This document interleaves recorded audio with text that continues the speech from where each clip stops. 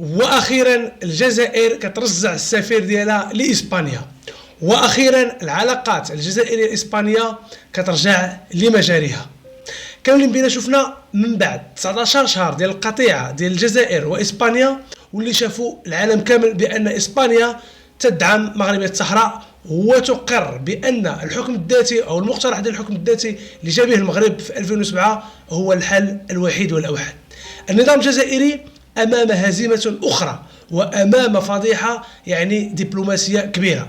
العلوم السياسيه والعلاقات الدوليه دائما خصها بعد النظر، خصها الدراسات الدقيقه، وخصك القرايه بزاف. يقدر يجي شي واحد ما يكونش فاهم يقول لك علاش قطعت العلاقات الجزائر مع اسبانيا؟ واش حيت اسبانيا تعادي الجزائر؟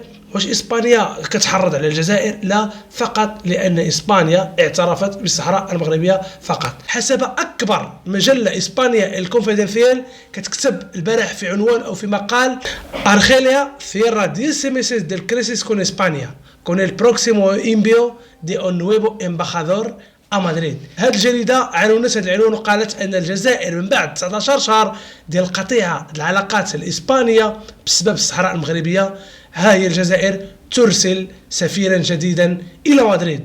في الحقيقه هزيمه اخرى.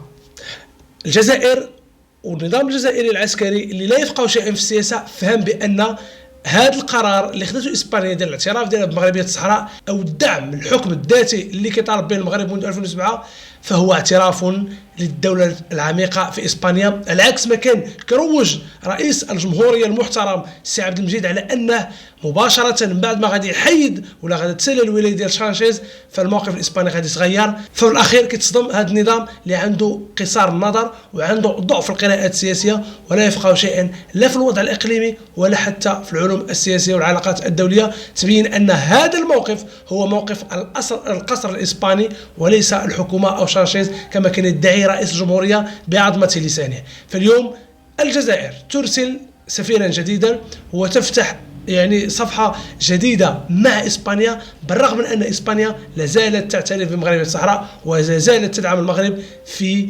المقترح ديال الحكم الذاتي اللي جا به.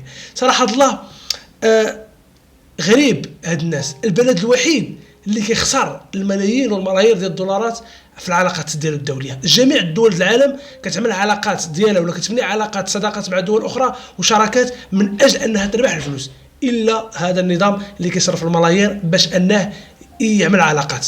ها هو ضيع علاقات اقتصاديه جيده مع اسبانيا وضيع الاقتصاد الجزائري من بزاف ديال الاشياء اللي كانوا كيستوردوها من اسبانيا. ففي الاخير ها هو انبطح، ها هي رجع السفير وحتى حاجه ما تبدلت، بمعنى العرقله وقله الفهم والحقد الدفين للمملكه المغربيه. يجب على النظام الجزائري ان يدرس الملفات بعنايه ويفهم ان العلاقات بين الدول كتكون عندها حسابات دقيقه وما كتكونش بالهوى وما كتكونش نابعه باهواء ديال الرجال او اشخاص بحال اللي كنشوفوا اليوم في الجزائر. فنظام عسكري يعادل الوحده الترابيه المغرب على حساب الاقتصاد الجزائري وعلى حساب الدوله الجزائريه وعلى حساب اموال الشعب الجزائري اللي اليوم يعاني. وللاسف الشديد هذه الدوله اللي كتقول لك هي غتركع اسبانيا فها هي اليوم كترجع السفير غصبا عنها بدون اي تفاوض مع اسبانيا.